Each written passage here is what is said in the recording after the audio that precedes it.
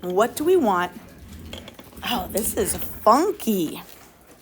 Whoa, this is a hard one. Too smart. You're too smart. He said, I'm going to make my u tangent of x. And again, you guys, if you're like, dude, I would have never known. Here's the deal. Is tangent of x like my inner function of this outer? It is. And that u is often going to be the inside function.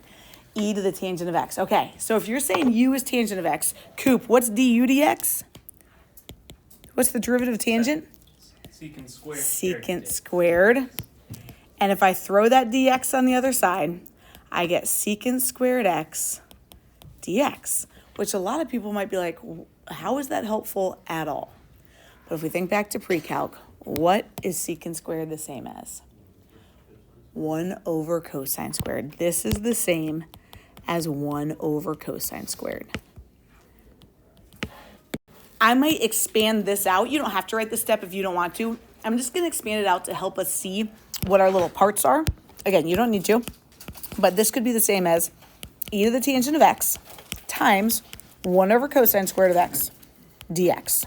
That's the same problem. I just expanded it out. We got to go write this in terms of the letter u.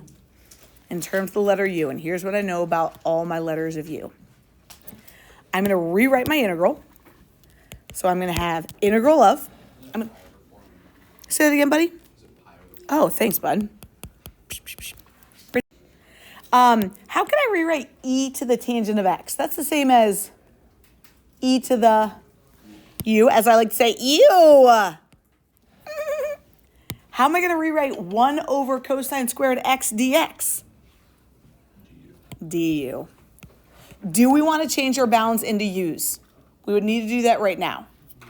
Yeah? Did I say yeah? Okay. Let's go change our bounds into u's. So if my u was tangent of x and my upper bound was pi over 4, tangent at pi over 4 is y over x at pi over 4, root 2 over 2, root 2 over 2, y over x would get me 1. Very good, Coop. Upper bound is now 1. What about the tangent at 0? Y over x at 0, that point is 1, 0. Y over x would be 0 over 1, which is very good. Boom. Antiderivative of ew. Ew. Love it. I'm going to just go plug in my bounds because we've already done that hard work. I'd have e to the first minus e to the 0, upper minus lower. A lot of people are going to want to go like this. Oh, just cancel that guy out. But be careful. What's anything to the 0? 1. So what's my final answer? Yeah, e minus 1, right? Last one, and then the time is yours. This one, again, I gave it to you last because it's kind of hard. It's telling you that the integral is 18, and we got to figure out what k's value is. You're like, okay, guys, we just do what we know. We already know. Don't be scared by this, like that it looks a little different. Let's just say, all right, I know how to take an antiderivative. Don't worry about those bounds yet. And I don't have to use u sub because I don't have like inners and outer functions. I don't have chain rule. I just have two functions being added or subtracted. So can we think, what is the integral of 2kx? K is just going to be a constant. So this is really like, if k was 5, this is really 10x. So you're saying, say 2kx to the 2. Is that what you're saying? Okay. What'd you say? My bad. It would just be kx squared. Okay. Divided by 2. My current exponent is a 1, right? So I would add 1 to my exponent and then divide by my new exponent. So we would get kx squared. Is that what you said? My bad. 2kx to the second over 2 would just get me kx squared? Yeah. Okay. Good job, you guys. Kx squared minus antiderivative of x squared. X to the blank over blank. X cubed over 3. Beautiful. We just found that antiderivative. This was a little hard, obviously, but we just stuck with our rule. Okay. Then we want to analyze this from 0 to k. Notice that I haven't even used that 18 yet. Yeah, this whole thing's going to be equal to 18, but first I'm going to just plug in upper minus lower. Then I'll say that it's equal to 18.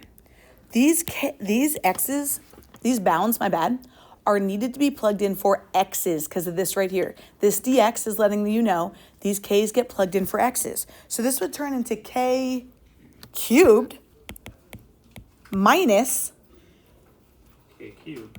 over, 3. that's upper, minus 0. Not even going to write it. That then is equal to 18. So 2/3 K cubed. Okay, because he's saying that's 1 k cubed or 3/3 k cubed minus 1/3 k cubed would be 2/3 k cubed. Yeah. I agree with that. 2/3 k cubed is 18. Dividing by 2/3 is the same as multiplying by 3 3/2. halves. Because again, this is no calculator. So I'd be left with a k cubed equals, a way to do this without a calculator is 18 divided by 2 first. 18 divided by 2 is 9. 9 times 3, It's 27. 27. And how do I get rid of a cube? Cube root. Cube root of 27? 3. You got it.